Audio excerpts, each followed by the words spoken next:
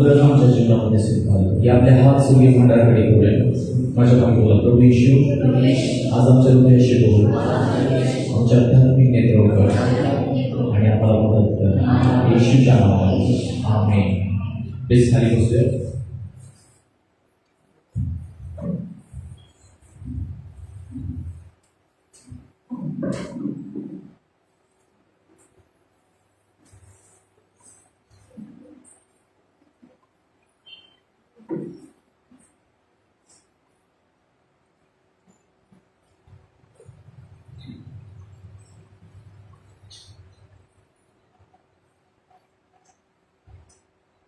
Thank you Jesus. दोन विश्वासी की आपण शास्त्र भाग काढूया.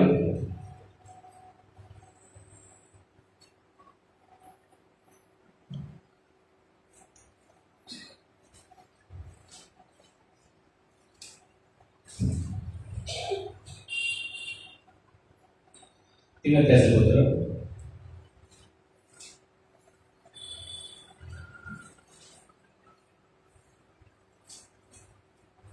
आणि दुसरा अर्थ. आज आपण सार्वजनिक उपासनेबाबत काही नियम पाहणार आहोत. सार्वजनिक उपासना करत असताना किंवा सार्वजनिक जीवनामध्ये आपल्या जीवनाचं प्रदर्शन करत असताना किंवा आपण सार्वजनिक जीवनामध्ये कोणत्या कोणत्या गोष्टीला घेऊन काय गोष्टीची खबरदारी बाळगावी. कारण जसं तुम्ही समोर नजर टाकत आहात आणि समोर सगळीकडे पाहत आहात परिस्थिती काय चालू आहे,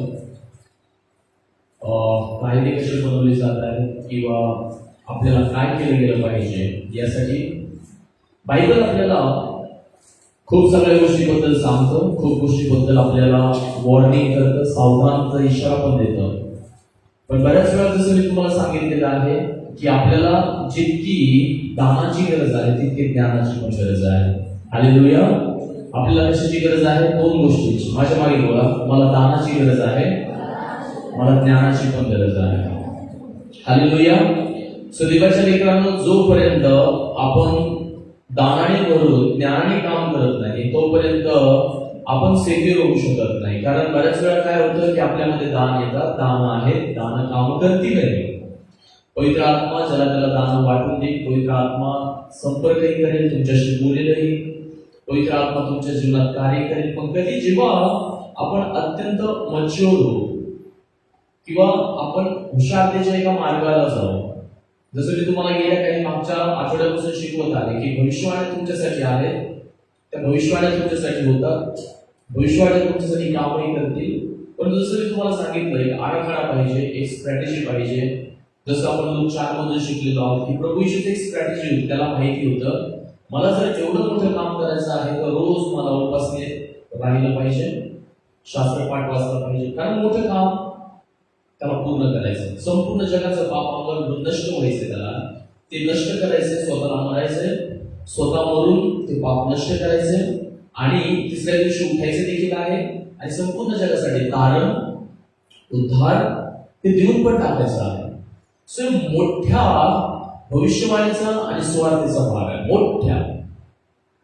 या समय तुमच्या जीवनात झालेल्या भविष्यवाण्या किंवा देवाने तुम्हाला दिलेल्या विवचनं जर पूर्ण करायचे असतील तर स्ट्रॅटेजी लागणारच आहे, आराखडा लागणार आहे. एक अत्यंत ठरवून तुम्हाला माहिती पाहिजे माझ्यासाठी कोणती वेळ सुरू झालेली आहे, माझ्यासाठी हंगाम कोणता आहे. कारण तुम्हाला माहित नाही अशा घटना तुमच्या बरोबर घडायला लागतात. जेव्हा तुम्ही परिपक्व होता घटना तुमच्या बरोबर घडणारच नाही. मी तुम्हाला सांगतो, घटना तुमच्या बरोबर घडत नाही. अचानक परिवारामध्ये घटना घडायला लागतात, अचानक नको त्या गोष्टी. त्यावेळेस तुम्ही भक्कम पाहिजे, त्यावेळेस तुमच्यामध्ये ताकद पाहिजे, त्यावेळेस तुमच्यामध्ये शक्ती पाहिजे, उठून उभा राहून लढण्यासाठी. कारण एक वेळ ते शैतान तुम्हाला परिपूर्ण घाबरतो आणि तो तुमच्यापासून पळून जातो वैयक्तिकरित्या. जर तुम्ही वैयक्तिकरित्या आराखड्याचे लोक आहात, त्याच्याबरोबर आपल्या कुटुंबियांना आपल्याला कसं मजबूत करता येईल, त्यांना वचन कसं सांगता येईल, त्यांना चर्चमध्ये कसं सांगता येईल किंवा त्यांना ख्रिस्तामध्ये वाढ कशी करता येणार आहे. बऱ्याच वेळा आपण आपल्या कुटुंबियांना विसरून जातो. पण शैतान हा धूर्त आहे. तुम्ही जर खचले नाही तर तुमच्या कुटुंबियाच्या मार्फत तुम्हाला खचवण्याचा प्रयत्न करतो, तुमचं नुकसान करून आणतो. त्याच्यासाठी तुमच्या जीवनात खरा आराखडा पाहिजे. तुमचं जीवन जेव्हा सुरक्षित होतं, तुम्हाला जेव्हा वाटतं आता कोणतीच गोष्ट माझ्यात फरक करत नाही आणि कोणतीच गोष्ट मला लढू शकत नाही, त्यावेळेस देवाच्या लेकरांनो खरंच तुम्हाला कमी होण्याची गरज असते. कारण कदाचित तो तुमच्या कोणत्या कुटुंबियाला टार्गेट बनत असेल, तुमच्या घरातील व्यक्तींना टार्गेट बनत असेल. सो त्यांच्यासाठी प्रार्थना, त्यांच्यासाठी नम्र. प्रभू, जसं मी भक्त उभा राहिलो तसं माझ्या घरातील माझे भाऊ बहीण असतील, माझे नातलग असतील, ते भक्त उभा राहते. त्यांच्यासाठी तुम्हाला संरक्षण स्वीकारावं लागणार आहे, त्यांच्यासाठी तुम्हाला तयारी करावं लागणार आहे. कारण अशा अचानक घटना घडतात की देवाच्या लेकरांना तुमच्या अपेक्षेच्या पलीकडे असतात की असं घडू शकतं. कारण तुम्हाला माहिती नसतं की त्यांनी कोणतं कुंपण तोडलेलं आहे. म्हणून योगाच्या बाबतीमध्ये पहा की आपल्या लेकरा बाळासाठी, आपल्या मुला मुलींसाठी तो पहाटे उठूनच त्यांनी देवाविरुद्ध कदाचित काहीतरी पाप केलं असणार आहे, म्हणून त्याच्याबद्दल पश्चाताप करत असायचं. येस, आपण आपल्या भाऊबंधासाठी पश्चाताप करू शकतो, इव्हन जरी ते मानत नाही किंवा मानतात किंवा देवाकडे येत नाही, पण पश्चाताप करणं हे आपलं काम आहे. म्हणून तर त्याच्यासाठी आपण पुढे आलेलो आहोत, त्यांच्या कारणासाठी आपण पुढे आलेलो आहोत, त्यांच्या कारणासाठी आपल्या कुटुंबातून आपली निवड झालेली आहे. कल्पना करा, तुमची निवड नसती झाली, त्यांची निवड झाली असती, किंवा तुमच्या भाऊ बहिणीची निवड झाली असती, किंवा तुम्ही नाही तुमच्या आई वडिलांची निवड झाली असते आणि तुम्ही जगातच फिरताय, ती चर्चमध्ये येतात. पण काहीतरी त्याच्यामध्ये सत्य आहे आणि काहीतरी देवाच्या लेखन तुमच्यामध्ये देवाने ठेवलेलं दान आहे, जे ज्ञान तुम्हाला ज्ञानामध्ये बदलवायचं आहे, कन्वर्ट करायचं आहे. त्याद्वारे तुम्हाला ठरवून घ्यायचं आहे की मीच का, आणि देवाने माझ्याच पाठीमागे येऊन मलाच तारण का दिलं किंवा मलाच का घडवलं. माझ्यापेक्षाही चुकीचे वागणारे आहेत किंवा माझ्यापेक्षा हुशार आहेत माझ्या कुटुंबामध्ये, देवाने त्यांना का निवडलं नाही. मी एवढा चुकीचा जात असून देवाने माझी निवड केली किंवा मला या ठिकाणी सांभाळून आणलेलं आहे, तर का देवाने त्यांना नाही निवडलं. हे मोठं रहस्य आहे की तुम्हालाच का निवडलं देवाने, किंवा तुम्हालाच तुमच्या कुटुंबातून उचलून किंवा तुमच्या पिढीतून उचलून तुम्हाला पुढं त्यांच्यासाठी राजमार्ग तयार करायला देवाने का लावला.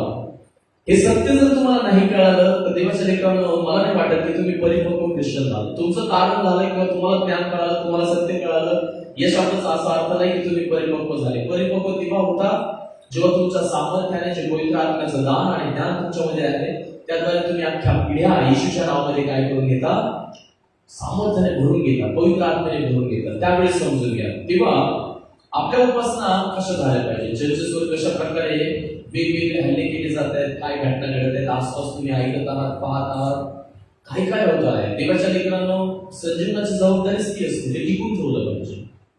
जबाबदारी संजीवनाची ही आहे की ते टिकून ठेवता आलं पाहिजे. भाषण, वर्तन, प्रीती, विश्वास, शुद्धता या सगळ्या गोष्टीद्वारे संजीवन टिकून ठेवता आलं पाहिजे. जेव्हा संजीवन निघून जाण्याची चिन्ह लागतात तेव्हा अशा घटना घडायला लागतात. संजीवन का मरतं किंवा संजीवन का समाप्त होतं, संजीवन का संपतं, याची कारणे देवाच्या लेकरांना थोडी आहेत, थोड्या थोड्या गोष्टीमध्ये बसलेले आहेत. ते भाषण, वर्तन, प्रीती, विश्वास, शुद्धता याच्यामध्येच आहे की आपण बोलताना काय बोलतो. संजीवन असताना संपूर्ण जगाची जबाबदारी, संपूर्ण जिल्ह्याची, संपूर्ण राज्याची जबाबदारी परमेश्वर तुमच्याकडे टाकत असतो. जसं की तुम्ही पाहिलं, 1-2 दिवसापूर्वीची न्यूज आली मीडियामध्ये, अचानक त्या सेवकाबरोबर काय घडलं आणि सगळीकडे गदारोळ झाला. सगळ्या तुम्ही गोष्टी पाहिल्या, काय झालं, कसं काय एवढं अचानक होऊ शकतं. देवाच्या लेकरांना संजीवन सांभाळण्याची ती जबाबदारी असते. संजीवन जाता कामा नाही, संजीवन जाता कामा नाही. भले ते धूत असेल, लबाड असेल किंवा काहीतरी त्यांच्या विरोधात डावपेच केली, पण सगळ्यात पहिली महत्वाची गोष्ट तुम्ही हे समजून घ्या की मला त्याच्यासाठी काय करावं लागणार आहे. परमेश्वर जेव्हा माझ्याकडे जबाबदारी देईल तेव्हा माझा आराखडा कसा असणार आहे. परमेश्वर जेव्हा मला उंच करेल तेव्हा मला कशा पद्धतीने या जगामध्ये साचा घालायचा किंवा माझा नमुना, माझा कित्ता कसा असणार आहे, ही स्ट्रॅटेजी तुमच्यासाठी तयार पाहिजे. तेव्हा भविष्यवाणी पूर्ण होतं. सगळ्यात पहिले देवाच्या लेकरांना भविष्यवाणी पूर्ण होण्यासाठी तुमच्याकडे उत्तम आराखडा, स्ट्रॅटेजी पाहिजे की ह्या गोष्टीसाठी, जे की मी तुम्हाला मागच्या 2-3 हप्त्यामध्ये सांगितलेलंच आहे. जर परमेश्वराच्या भविष्यवाक्याने तुमच्यासाठी सांगितलं की फॉरेन कंट्रीमध्ये जाऊन तिथं चर्चेस ओपन करणार, तर त्याच्याप्रमाणे आता स्ट्रॅटेजी करा.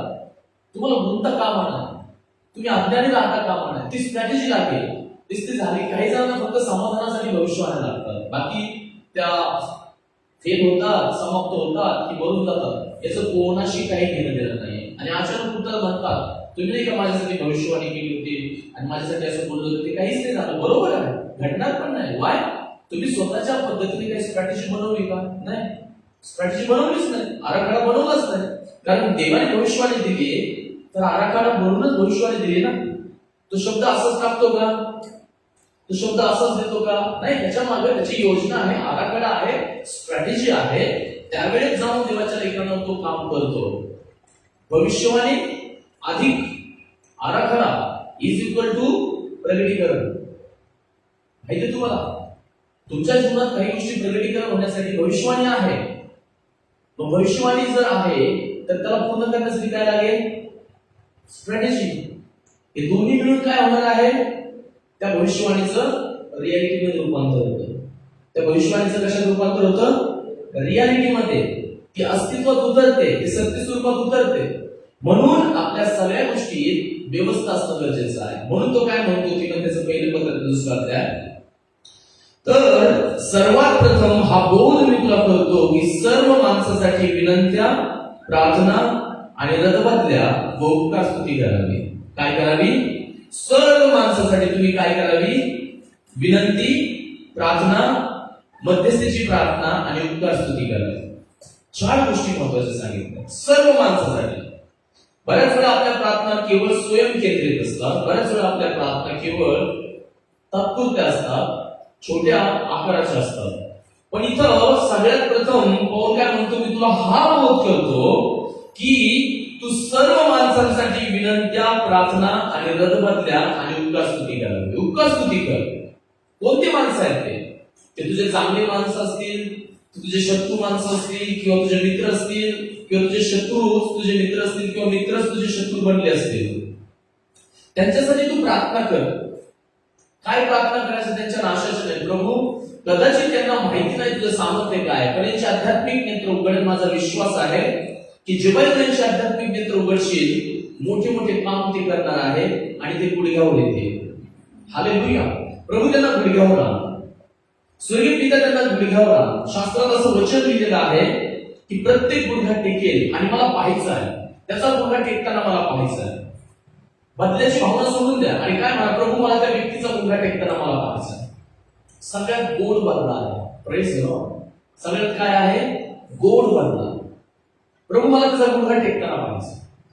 तुझ्या समोर मला त्याचा गुडघा टेकताना पाहायचा आहे. पहा देवा काय प्लॅन करायला लागेल. देवाला आवडेल की तुम्ही त्याची नाशाची प्रार्थना नाही केली, त्याच्या नुसत्याची प्रार्थना नाही केली. प्रभू, मला पाहायचंय की तुझ्या पुढे तो गुडघा कसा टेकतोय. मला पाहायचंय. माझ्या डोळ्याने मला हे पाहायचंय की तुझ्या वचनानुसार प्रत्येक गुडघा टेकेल आणि प्रत्येक जीभ कबूल करेल. त्यानुसार प्रभू याचा गुडघा टेकला जाऊ दे आणि याची जीभ बदलून जाऊ दे आणि हे कबूल करू दे की येशू ख्रिस्त हाच मसीहाने काढणारा आहे. हालेलुया. जेव्हा तुम्ही ह्या भावनेने आणि ह्या सामर्थ्याने देवाच्या लेखन देवाकडे प्रार्थना करायला लागता, रथबदल्या, विनंत्या आणि उपकार स्तुत्या करायला लागतात, त्यावेळेस देवाच्या लेकरांनो सगळ्या लोकांचं या ठिकाणी पौल लक्ष देऊन आपल्याला सांगत आहे. सगळे लोक इन्क्लूड आहेत ठिकाणी. सगळ्या लोकांना तुम्हाला इन्क्लूड करायचं आणि सांगायचं. उदाहरणार्थ कोण आहे? दुसऱ्या अध्यायामध्ये पहा, दुसऱ्या वचनामध्ये राजाकरता व सर्व वरिष्ठ अधिकाऱ्यांकरता प्रार्थना, विनंती, रथबदली आणि मध्यस्थी करावी, यासाठी की पूर्ण सुभक्तीने व गंभीरपणाने आपण शांतीचे आणि स्वस्थपणाचे असे आयुष्य क्रमण करावे. कशाचे? शांतीचे आणि स्वस्थपणाचे असे आयुष्य क्रमण करावे. हे आपला तारणारा देव याच्या दृष्टीने चांगले आणि स्वीकारायला योग्य आहे. देवाच्या दृष्टीने जर हे योग्य आहे तर एक्झॅक्टली आपण ते दिलं पाहिजे. स्वीकारण्यास योग्य आहे. लक्ष द्या, 5 भाकरी आणि 2 मासे ज्या मुलाकडे होत्या, देवाने त्याचा योग्य पद्धतीने स्वीकार केला. प्रभू येशूने त्याचा योग्य पद्धतीने स्वीकार केला. ते स्वीकारण्यास योग्य पण होत्या. कारण प्रभू येशूने शिष्याला सांगितलं होतं की हे 4000 लोकांना तुम्ही जेवण द्या. तो म्हटलं, प्रभू 1 वर्षाचं जरी पैसे दिले तरी यांना कमी पडणार आहे. एवढा पैसे लागणार आहे त्यांना देण्यासाठी. तेव्हा 4000 लोकांचं जेवण. पण तो म्हणला, इथं कोणाकडे आहे का काय? तो म्हटला, आहे. 2 मासे 5 भाकरी आहेत. तो म्हणला, ठीक आहे, हे स्वीकारण्यास योग्य आहे, ते द्या माझ्याकडे. इथे शब्द काय आहे? आपला तारणारा देव ह्याच्या दृष्टीने चांगले आणि हे स्वीकारण्यास योग्य आहे. एक्झॅक्टली जर 2 मासे आणि 5 भाकरी परमेश्वर स्वीकारतो, तर आपल्या प्रार्थना देखील त्याच्या दृष्टीने स्वीकारण्याला योग्य आहे. हालेलुया. या प्रार्थना काय आहे? देवाच्या दृष्टीने स्वीकारायला योग्य आहे. आणि देव म्हणतो मी त्याचा स्वीकार करेल, योग्य स्वीकार करेल.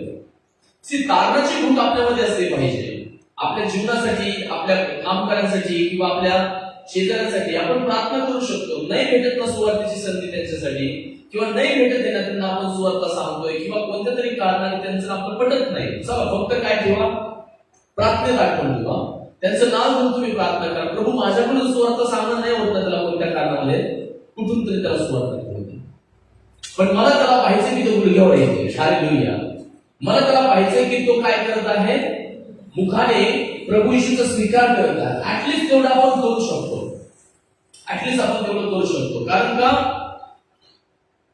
राजाकरिता आणि सर्व वरिष्ठ अधिकाऱ्यांकरिता ही प्रार्थना करावी, यासाठी की पूर्ण सुभक्तीने आणि गंभीरपणाने आपण शांतीचे आणि स्वस्थपणाचे असे आयुष्य क्रमण करावे.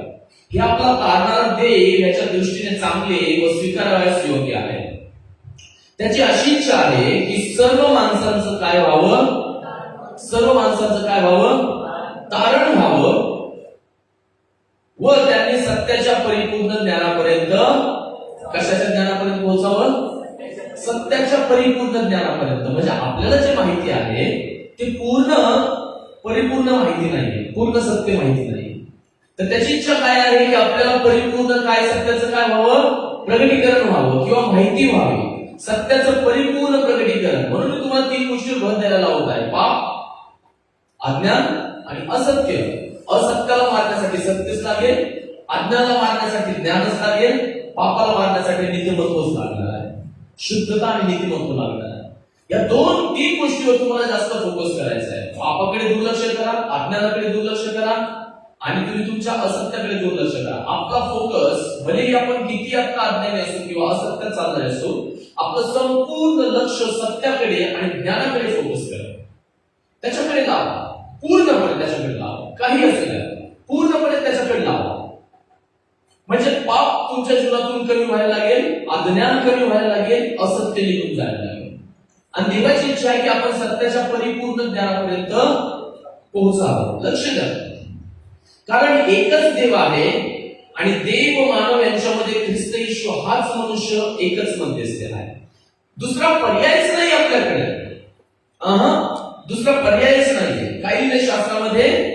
कारण एकच देव आहे आणि देव व मानव यांच्यामध्ये ख्रिस्त येशू हा मनुष्य एकच काय आहे, हा एकच मध्यस्थ, हा एकच मध्यस्थ. आणि जर एकच मध्यस्थ आहे तर याचा अर्थ देवाच्या लेकरांनो, तुम्हाला आणि मला काही गोष्टी अत्यंत व्यवस्थितरित्या समजून घ्यावा लागणार आहे. जर ख्रिस्ताला सोडून आपण काही गोष्टी करतोय तर त्याच्यामध्ये तुम्हाला हवं तसं यशही येणार नाही, हवं तशा गोष्टीही तुम्हाला मिळणार नाही आणि तुम्हाला काहीही लाभणार नाही. तर ख्रिस्त जर एकच मध्यस्थ आहे तर तुम्ही दुसऱ्या कोणत्या मध्यस्थाकडे जाणार आहात? तुम्ही बाकीच्या निर्जीव गोष्टीकडे जाणार आणि निर्जीव गोष्टीमध्ये सजीवता नाहीये, जीवन नाहीये, तिकडे जीवन नाहीये. बायबल काय सांगितलेलं आहे? बायबल आपल्याला सांगतं, कारण एकच देव आणि देव व मानव यांच्यामध्ये ख्रिस्त येशू हा मनुष्य एकच मध्यस्थ आहे. कोणामध्ये? देव आणि त्याच्याशिवाय दुसरा कोणी मध्यस्थच नाही. आपली बाजू स्वर्गात मांडण्यासाठी, आपली बाजू स्वर्गात मांडण्यासाठी कोणीही दुसरा नाहीये. ना दगड, ना पाणी, ना सूर्य, ना चंद्र, ना तारे, ना कोणतं झाड, ना वनस्पती, ना कोणता प्राणी, ना पशु, ना पक्षी. कोण आपली बाजू मांडणार आहे? म्हणून जगातल्या लोकांनी नको त्या गोष्टींचा मध्यस्थ बनवलेला आहे, नको ते गोष्टी मध्यस्थ आहे. पण त्यांच्या मध्यस्थ देवापर्यंत पोहोचू शकत नाही. पण हालेलुया, आपला मध्यस्थ देवापुढेच बसलेला आहे. बोलो येशू मसीह की एक जोरदार टाळी झाली पाहिजे की आपला मध्यस्थ देवासमोर आहे. हालेलुया, किती जण आनंदित आहे. आणि जेव्हा आपल्या आता मध्यस्थाकडे आपण काही म्हणतो, लगेच देवाच्या लेकरांना आपला मध्यस्थ जो येशू ख्रिस्त आहे तो आपल्या विनंत्या पित्या समोर मांडतो. पण कशा? त्याला स्वीकारनीय विनंत्या पाहिजे. आपल्यासाठी आपण प्रार्थना जरूर करावी, सेल्फ डिलिव्हरन्सही करावं, आपल्या उन्नतीसाठी प्रार्थना करावी, आपल्या सगळ्या चांगुलपणासाठी प्रार्थना करावी, आपल्या कुटुंबासाठी प्रार्थना करावी. पण जसा तुमचा आराखडा असेल की कोणत्या दिवशी मला बाकीच्या लोकांसाठी प्रार्थना करायची, त्या दिवशी त्याच लोकांसाठी प्रार्थना झाली. बायबलचं असं म्हणणं नाही की स्वतःसाठी प्रार्थना करू नका. बायबल काय सांगतं की तू जेव्हा स्वतःला शास्त्रामध्ये रात्रंदिवस मनन करशील त्यावेळेस तुला प्रार्थना करण्याची पण गरज पडणार नाही स्वतःसाठी. बरोबर की नाही?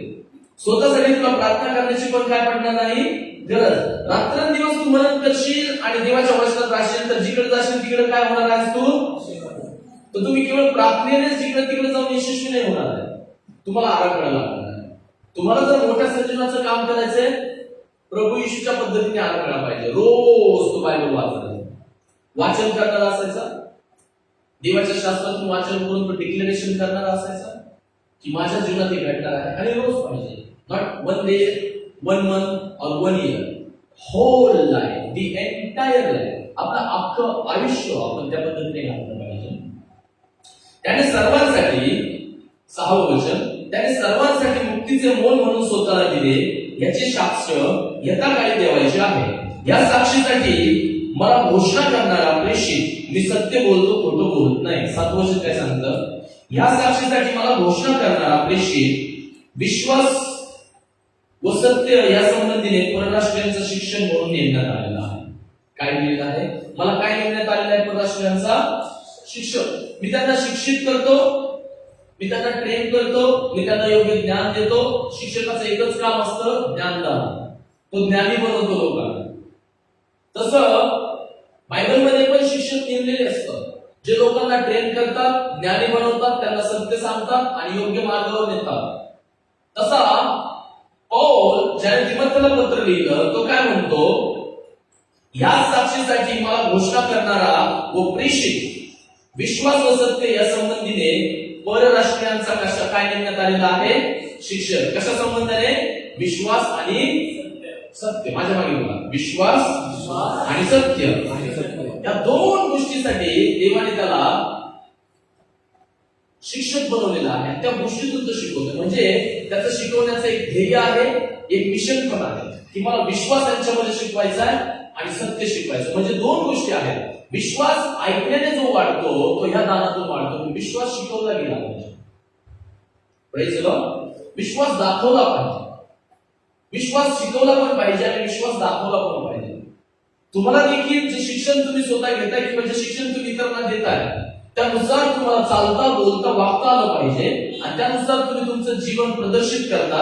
त्यावेळेस काय होतं की तुम्ही परिपूर्णतेने विश्वास आणि सत्य याच्यामध्ये स्वतःही चालतात आणि दुसऱ्यांना चालवण्यासाठी काय करताय? मदत करतात. सो हे जे सत्य आहे की मी विश्वास आणि सत्य याच्यामध्ये काय होणार आहे?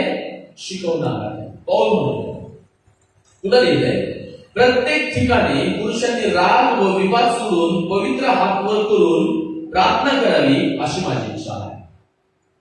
काय म्हणतो पौल? प्रत्येक ठिकाणी राग आणि विवाद हे चालणार नाही. प्रत्येक ठिकाणी काय चालणार नाही? राग आणि विवाद चालणार. तर त्यापेक्षा काय करावं तुम्ही? हात वर करावं आणि प्रार्थना करावी, तर विषय सोडून द्यावा. विषय संपला.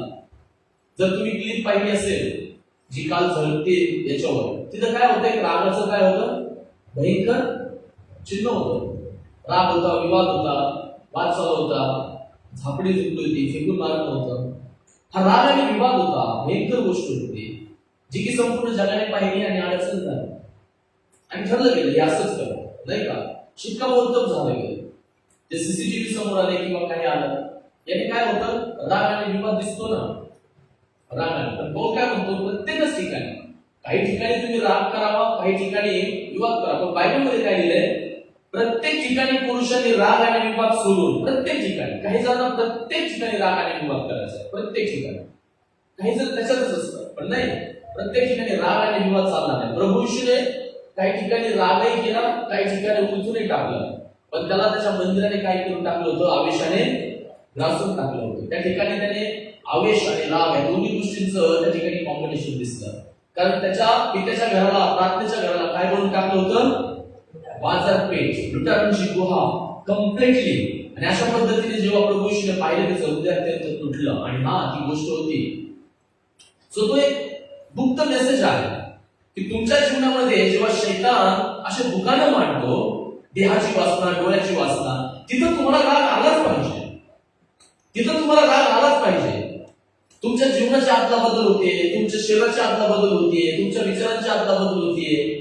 हे जे आतला बदल करणारे जे व्यावसायिक तिथे बसले होते, मनी एक्सचेंजर, तिथं देवाच्या लेकरांना आपण जगाबरोबर जे काही आतला बदल करतो ती प्रभू येशूला आवडत नाही. तो काय म्हणतो? हे मंदिर फाडून टाका, मी 3 दिवसात उभारतोय, 3 दिवसामध्ये. तो म्हणतो कसं शक्य आहे? तुम्हाला तुमच्या जीवनामध्ये राग आलाच पाहिजे. तुम्हाला तुमच्या जीवनामध्ये विवाद तुम्ही स्वतःबरोबर केलाच पाहिजे. पण कधी आला पाहिजे? जेव्हा तुमचं जीवन देवाच्या वचनाला सोडून तिसरीकडे जातं, किंवा जगामध्ये फसत चाललेला आहे, तेव्हा तुम्हाला 100% राग आलाच पाहिजे. राग आलाच पाहिजे. तुम्हाला तुमच्या विचारसरणीचा राग आला पाहिजे, तुम्हाला तुमच्या आराखड्याचा राग आला पाहिजे, तुम्हाला तुमच्या जीवनशैलीचा राग आला पाहिजे की I am not going properly. मी योग्य पद्धतीने माझं मार्गक्रमण नाही करत आहे, काहीतरी चुकतंय माझ्याकडून काहीतरी मिस होते. तुम्हाला राग आलाच पाहिजे. सगळ्यात पहिले ज्ञानी व्हायचं असेल तर आपली ही जी डोळे आहेत ते आतमध्ये व्हा आणि आत पहा की कोणत्या गोष्टी याच्यामध्ये उलथून टाकायच्या आहेत. तिथं राग आलाच पाहिजे. बायबलमध्ये दिलेल्या शैतानाला आडवा म्हणजे तुम्हापासून तुम्ही जोपर्यंत रागात येणार नाही आध्यात्मिक रागामध्ये, शैतानाला कसं कळणार आहे की बस झाला आता आपला बाय डिस्कर उचलताना निघून चला, कारण हा जागृत झालेला आहे. हे शैतानाला कसं कळेल? अनेक लोक देवाच्या लेकरांना झोप येत नाही, ज्यांना वाईट स्वप्न, याच रागामुळे ज्यांना आध्यात्मिक राग आला त्याच्यातून ते काय झालेले आहेत? फ्री झाले, मोकळे झाले, चमत्कार झालेला आहे. ते आता पाहिजे तिथं आरामात झोपू शकतात, शांत झोपू शकतात, वाईट विचार वाईट स्वप्न निघून गेले. बिकॉज ऑफ द प्रभू येशूने काय भरली आहे? किंमत भरली आहे, रक्त सांगलेलं. तुम्हाला राग आला पाहिजे प्रत्येक ठिकाणी. पण जेव्हा तुम्ही पब्लिक प्लेसेस मध्ये असता, सार्वजनिक उपासनेबाबत सूचना आहे, जेव्हा तुम्ही पब्लिक प्लेसेस मध्ये असता तुम्हाला अत्यंत काळजीपूर्वक राहावं लागतं, अत्यंत काळजीपूर्वक वागावं लागतं, अत्यंत काळजीपूर्वक तुमचं जीवन सगळ्या प्रकारे सुरू करावं लागतं, अत्यंत काळजीपूर्वक. तसेच स्त्रियांनी स्वतःला साजेल अशा वेशाने आपणास भिडस्तपणाने आणि मर्यादेने शोभावे. तसेच स्त्रियांनी काय करावे? स्वतःला शुद्ध दिसेल, व्यवस्थित दिसेल आणि त्यांच्या देहाला अत्यंत साजेल अशा पद्धतीने स्वतःला भिडस्तपणाने आणि मर्यादेने शोभावे. यस, तुम्ही स्वतःला शोभावं, देव याच्यामध्ये तुम्हाला ना म्हणतच नाही. स्त्रियांनी स्वतःला तयार करावं याच्याबद्दल देव काही म्हणत नाही, पण ते भिडस्तपणात असलं पाहिजे. आणि कशात असलं पाहिजे? मर्यादा. मर्यादा असल्या पाहिजे. भिडस्तपणा आणि काय असली पाहिजे? मर्यादा असली पाहिजे. कोणती तरी मर्यादा असणं गरजेचं आहे, कोणता तरी नियम असणं गरजेचं आहे. कारण जे त्याच्या पलीकडे जातं ते बऱ्याच वेळा देवाकडून येत नाही, ते ईश्वरीकडून येतं. वचन काय सांगतं? तसेच स्त्रियांनी स्वतःला साजेल अशा वेशाने आपणास भिडस्तपणाने आणि मर्यादेने शोभावे. केस गुंफणे आणि सोने मोते व मौल्यवान वस्त्रे यांनी नव्हे, तर देवभक्ती स्वीकारलेल्या स्त्रिया शोभते तसे सत्कृत्याने आपणास शोभावे. कशाने शोभायचं तुम्ही स्वतःला? सत्कृत्य. काय आहे सत्कृत्य? चांगली कामं, चांगली कामं. न्यायाने बोला, ज्ञान सांगा, तरुण मुला मुलींना योग्य मार्गाने लावा, ज्या वयस्कर आहेत त्यांनी लग्न झालेला योग्य सल्ला सांगितला पाहिजे, चुकीचा सल्ला कधी नाही दिला पाहिजे, त्यांना देवाच्या वचनाबद्दल सांगितलं. ही सत्कृत्य आहे. तुम्ही घराची देखभाल केली पाहिजे, घराचं सगळं व्यवस्थित ठेवणं हे तुमचं काम आहे. देवाची इच्छा आहे की तुम्ही साजेल अशा पद्धतीने. नीतिसूत्र 31 मध्ये लिहिल्याप्रमाणे की सद्गुणी स्त्री कशा पद्धतीने काय करते, ते झाले तुमचे सद्गुण. आणि स्वतः देवाचं वचन सांगतं की स्त्रियाने काय केलं पाहिजे, काय नाही केलं पाहिजे. तसंच पुरुषाने काय केलं पाहिजे, काय नाही केलं पाहिजे, हे बायबल आपल्याला शिकवतं. ठीक आहे. तसंच स्त्रियांनी स्वतः साजेल अशा वेशाने आपणास भिडस्तपणाने मर्यादेने शोभावे. केस गुंफणे आणि सोने मोते व मौल्यवान वस्त्रे यांनी नव्हे, तर देवभक्ती स्वीकारलेल्या स्त्रिया शोभते तसेच सत्कृत्याने आपणास शोभावे. स्त्रीने सर्वस्वी अधीनतेने निमूटपणे शिकावे. स्त्रीला शिकवण्याची किंवा अथवा पुरुषावर धनीपण चालण्याची मी परवानगी देत नाही. तिने व्यवस्थित निमूटपणे बसावे, कारण प्रथम आदाम घडला गेला, नंतर हवा. आणि आदाम भुलीला गेला नाही, तर स्त्री भुलून अपराधात सापडली. काय झाली? भुलून अपराधात सापडली. तथापि मर्यादेने विश्वास, प्रीती व पवित्रता ह्यात त्या राहिल्यास बालकाला जन्म देण्याच्या योगे त्यांचे काय होईल? धारण होईल. तथापि मर्यादेने विश्वास, प्रीती आणि पवित्रता ह्यात त्या राहिल्यास बालकाला अर्थात ख्रिस्ताला म्हणजे ख्रिस्ताच्या गुणाला जन्म देण्याच्या योगाने त्यांचे काय होईल? म्हणजे बालक ख्रिस्त आहे, पण ख्रिस्ताचे गुण आपल्याला किंवा ख्रिस्ताचे फळ आपल्यामधून जन्म झाले पाहिजे. त्यावेळेस काय होतं? आपल्या तारणाची मोठी संधी आपल्याला साधून येते, मोठ्या गोष्टी करण्याची संधी आपल्याला साधून येते. आणि देवाच्या लेकरांनो, मग त्याच्यानंतर आपण मंडळीचे कामगार व्हायला तयार असतो.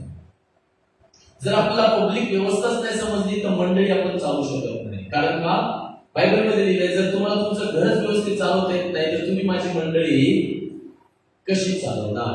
मंडळी चालवण्याचं काम परमेश्वराने घरावर सोडवलेलं आहे. तुम्ही घर चालवू नका, परमेश्वर तुमच्याकडून मंडळी चालवते. हालेलुया. कारण का जर तुम्ही तुमच्या घरच्यांबरोबरच व्यवस्थित वागत नाही, देवाचं एक पक्क खात्री आहे, तुम्ही माझ्या लोकांबरोबर नीट वागणार नाही. देवाची पक्की डेफिनेशन आहे की तुम्ही माझ्या लोकांबरोबर नीट वागणार नाही. मी जर माझ्या पत्नी बरोबर नीट नाही वागणार आहे तर तुमच्या बरोबर मी किती नीट वागलो तरी ते काही जुम आणणार नाही. पण नाही, हे लबाडीचं जीवन आहे. घरात एक जगतोय, बाहेर एक जगतोय, ही लबाडी आहे. आणि लबाड लोकांचा बाप शैतान असतो. कळते तुम्हाला? लबाड आणि लबाडीचा बाप कोण आहे? शैतान असतो. देवाला ती लबाडी नको. तो म्हणतो मंडळी चालवायची असेल तर अगोदर घराला चालवा. सो घराला चालवून दाखवा आणि मंडळी तुमच्याकडून अत्यंत उत्तमरित्या चालवा. तुमची सेल मीटिंग अत्यंत उत्तमरित्या चालवा. तुम्ही पुढे चर्चला जात असाल तिथून तुमच्याकडून उत्तमरित्या चालेल.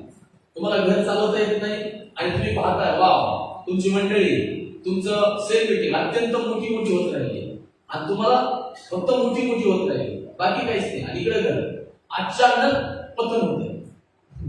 अचानक काय होतं? पतन होतं. मग तुम्हाला परत स्क्वेअर वन पासून सुरू करायला जड जातं. सगळं शून्य झाल्यावर परत सुरू करायला जड जातं की नाही? कारण तुम्हाला मग लोक, स्तुती, प्रशंसा पाहण्याची तुम्हाला काय लागलेली असते? मंडळी आणि सेल मीटिंग टिकवण्याचं एकच रहस्य आहे, घर व्यवस्थित चालवलं पाहिजे. पण तुम्ही म्हणता आमचं लग्नच नाही झालं, नाही, बाकीच्या घरातल्या मेंबर तुमचे नीट चालले पाहिजे. तुम्हाला नीट चालवता आले पाहिजे. आणि जर नाही चालवता आले तर तुम्ही किती देवाकडे म्हणा मला प्रभू एवढी मंडळी दे, मला तेवढे लोक दे, तो म्हणतो बाबा तू कधी ना कधी त्यांची वाटच लावून टाकणार आहे. तू माझ्या लोकांची काय करणार आहेस? वाट लावून टाकणार आहेस. सो ह्या गोष्टीमुळे देवाच्या लेकरांना अत्यंत उत्तम काम झालं पाहिजे की एक तर मी माझ्या जीवनामध्ये अत्यंत उत्तमरित्या चाललं पाहिजे आणि मग परमेश्वर मला त्याचं काम सुरू करून देतो. हालेलुया. सो बेसिक फंडा तो तुमच्या वैयक्तिक जीवनात तुम्हाला तपासतो आणि मग पब्लिक लाईफ समोर तुम्हाला उभं करतो. मग पब्लिक तुमच्याकडे यायला बोलेश मसीह की. सो या उपासनेचे नियम तुम्ही समजून घ्या. आपली प्रार्थना करायच्या, मध्यस्थी करायच्या, जे सेवकावर हल्ले होत आहेत अत्यंत चिर करून त्यांना शिक्षामध्ये तुरुंगामध्ये टाकले, प्रार्थनेत आठवण ठेवा. पण देवाच्या लेकरांना आपल्याला काही चुका पण टाळायच्या, त्या पण आपल्याला पूर्णतः दूर करायच्या. म्हणून त्याही गोष्टी घडल्याच्या या आपल्या पायावर. Thank you, Jesus. Hallelujah. Thank you, Father. Come on, आपण सगळेजण आपल्या प्रार्थना करूया. देवाला धन्यवाद देऊया. कारण त्याची दया, त्याची कृपा तुमच्यावर आलेली आहे, त्याचं प्रेम तुमच्याकडे आलेलं आहे, त्याचं सामर्थ्य तुमच्यावर येत आहे. लाभ्रास्ते देवा शकाला लिब्रा कास्ते देवा शिशिरी सुतुरुगु कुतुरुगु लेब्रा बाबा. Yes, Jesus. पब्लिक लाईफ मध्ये वागण्याचं ज्ञान आता देवाकडे मागायला. सामुदायिक जीवनामध्ये प्रभू चालताना, उठताना, बसताना मला मदत कर. बऱ्याच वेळा मी विसरून जातो की या समाजाची जडणघडण मला करायची आहे, त्याच्यासाठी माझी जडणघडण होणं गरजेचे आहे.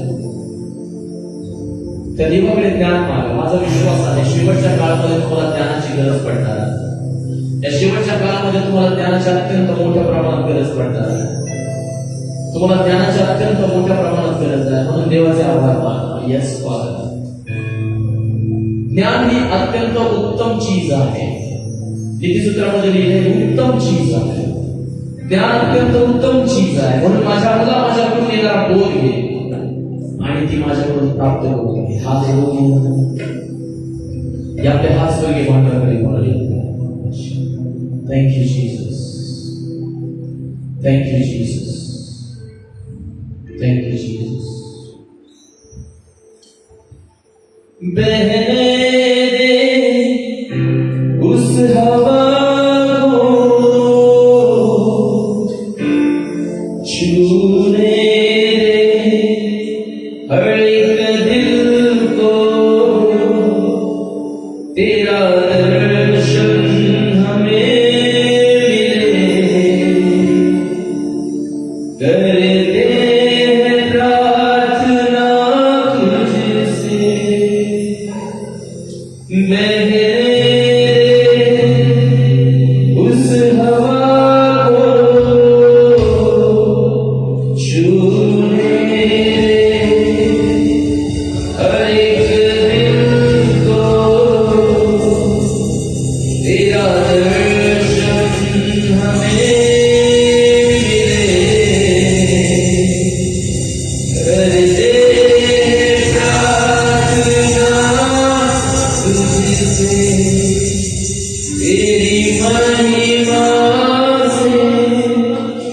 तेरे साथ से फिर